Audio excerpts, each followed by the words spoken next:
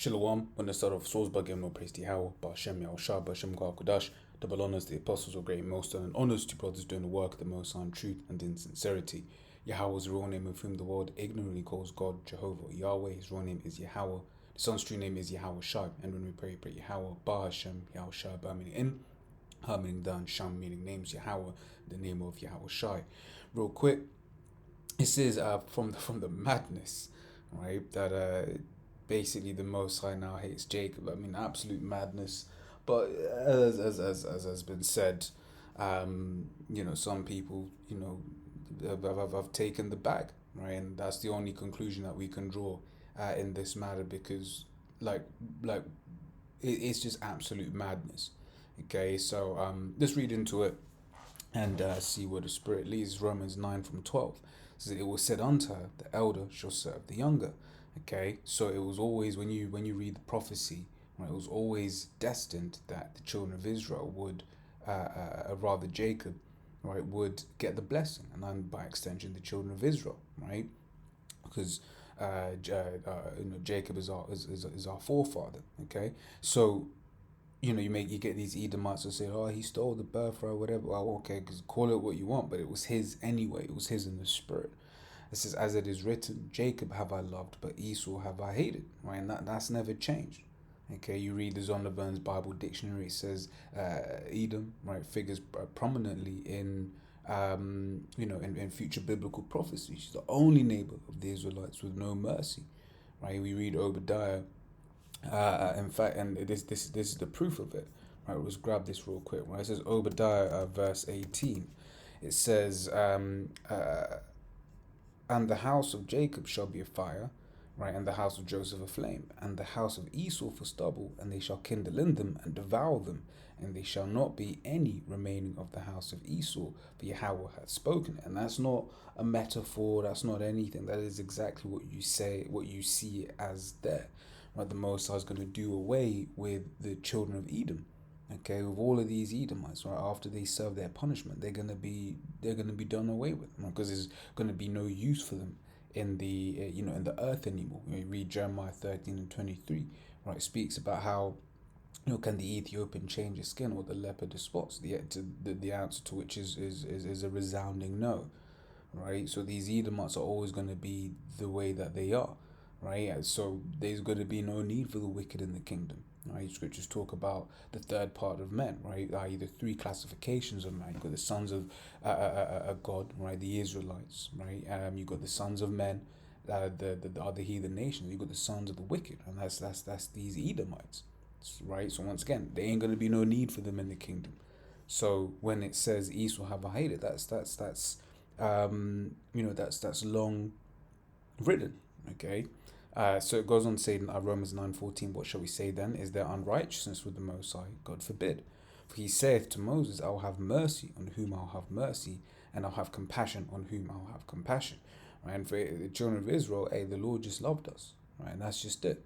Right? The Lord just had it whereby he was like, "You guys are going to be the Israelites," and hey, Kawala Yabashim Yal okay, we've been chosen, right? But within that chosen, I.e. the elect, as we say all the time, right? You've got an elect of the elect, right? Right now, the Most High is dealing with the elect of Israel, right? Which Israel's the elect nation.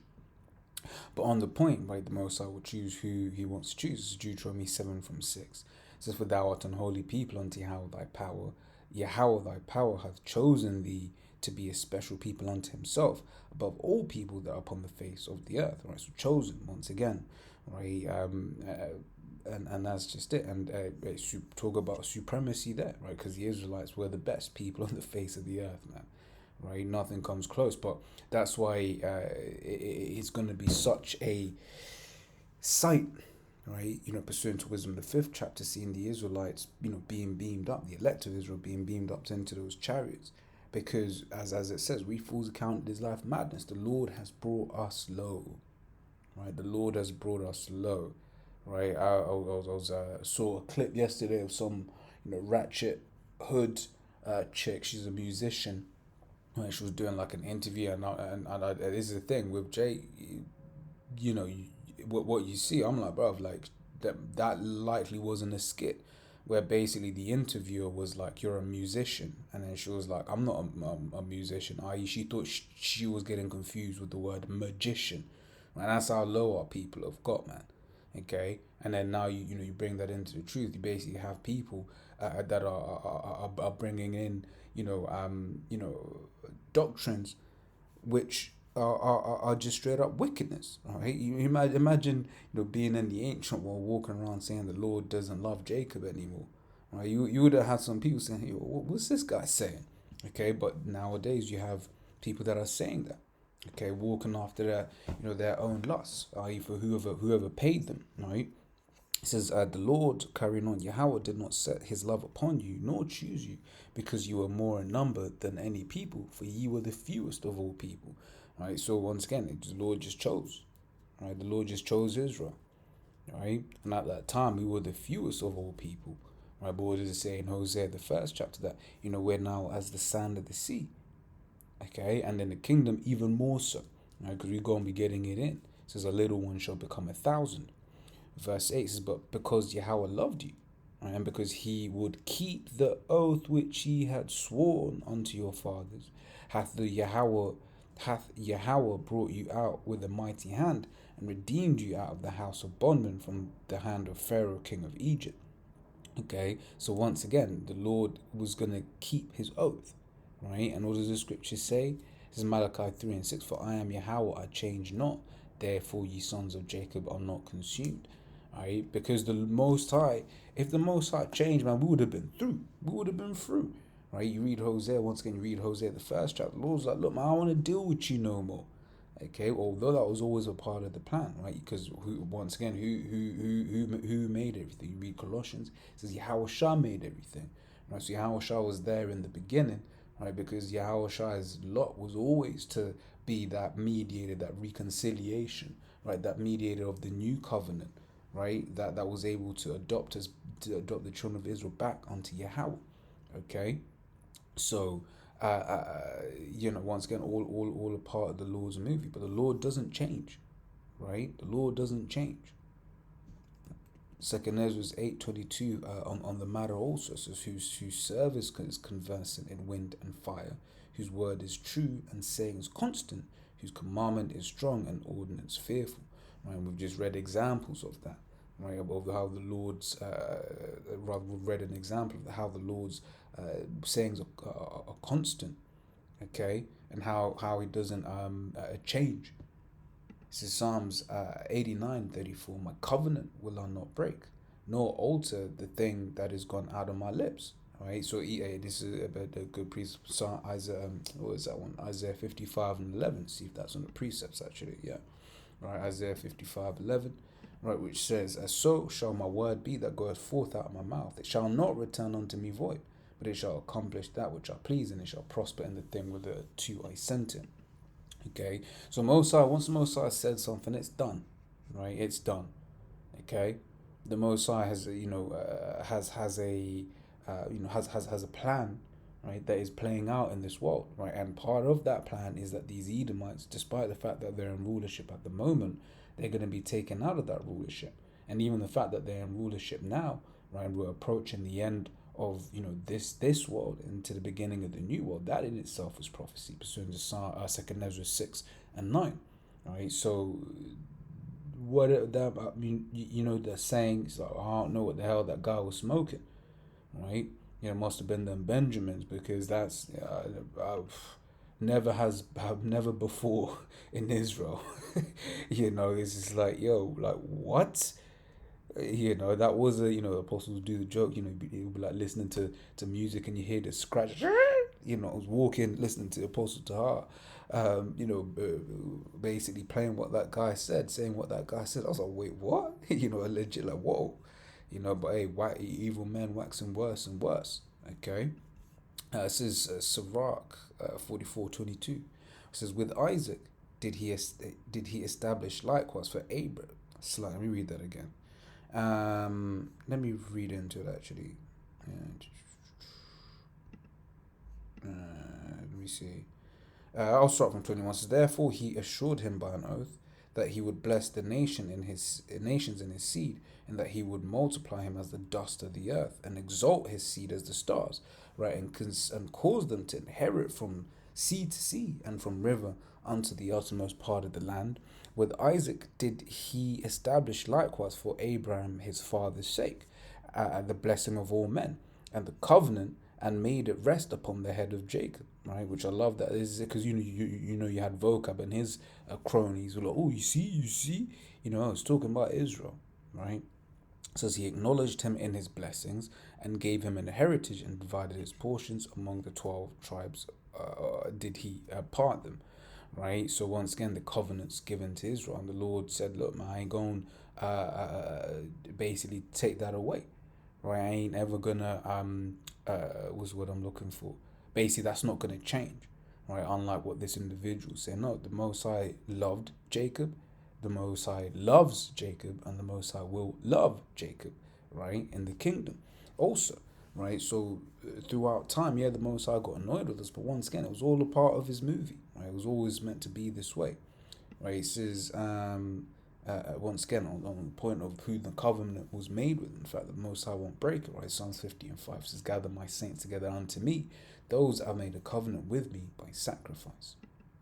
Right, Psalms 105:8 once again the same point. It says, "He hath remembered his covenant forever." Right, the word which he commanded to 1,000 generations, which covenant he made with Abraham, and his oath unto Isaac, and confirmed the same unto Jacob for a law, and to Israel for a what? An everlasting covenant. Right, and that's it. Right, so one of the things that we're waiting to play out, right, is this war, so that we can receive, right, what is, what used to be referred to as the land of Canaan, right, our inheritance. Right, we're going to receive that back, right? The Lord is going to take us back there, right, in the chariots, right, majestic fashion, right, if you will. Okay, because ultimately this is, slug out. Then I should be alright. I just got something on the oven, but it's on low, so it's alright. But yeah, that's an everlasting covenant, right? So this is Second Ezra 6. I want to read from 54. It says, "And after these Adam also, whom thou madest Lord of all thy creatures, of him come we all, and the people also whom thou hast chosen. All this have I spoken before thee, O Lord, because thou madest the world for our sakes." And that's it, right? That this world is for us, right? But right now you got these heathens that are over us, which is one of the things that Ezra's about to complain about, right? And that's what through the Spirit we complain about. Right, starting off the apostles on down, right? Those that the Lord hath brought into this truth. We complain about it because we see these heathens, and we're like, how long shall this endure? Okay, now we understand once again that way we're subject to prophecies. Right, we just have to sit and wait until the Most High does what He does, right? So it goes on to say, as for the other people which also come of Adam, thou hast said that they are nothing, right, but be like unto spittle, and hast likened the abundance of them unto a drop that falleth from a vessel, right? So effectively what that individual is trying to say is Edom went from this to something that is loved, and vice versa. Jacob went from love to spittle, which it makes no sense. Like I said, it is one of the most bugged out things I've ever heard, right? So it says, "And now, O Lord, behold these heathen," right? These heathen which have ever been reputed as nothing, right? You read Job the 30th chapter, it says of these Edomites, for example, that they were driven forth from among men. No one wanted this Edomite around, right? But it goes on to say, "have begun to be lords over us and to devour us, and has Esau not devoured us?" Right? But once again, even that is a prophecy. They shall devour them that devoured thee. Right, so this and that's not been fulfilled, right? That's not been fulfilled, right? We haven't got our get back for the hardcore bondage that this Edomite has just had us in and has us in, okay? Because now we're contractual slaves, right? It says, "But we thy people, whom thou hast called thy firstborn, thy only begotten, and thy fervent lover, are given into their hands." And I said, we're given into their hands. Right, so we're just waiting to be taken out of these different heathens' hands. says, if the world now be made for our sakes, why do we not possess an inheritance with the world? How long shall this endure?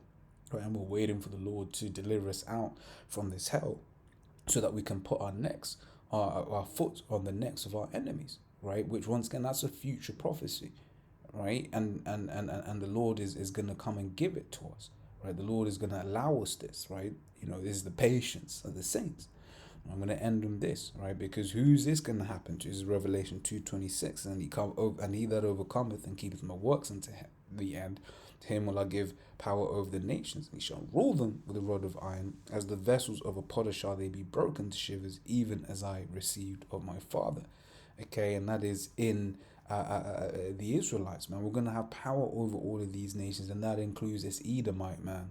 Right? Or after all this Edomite has done, you have Jake's trying to, I've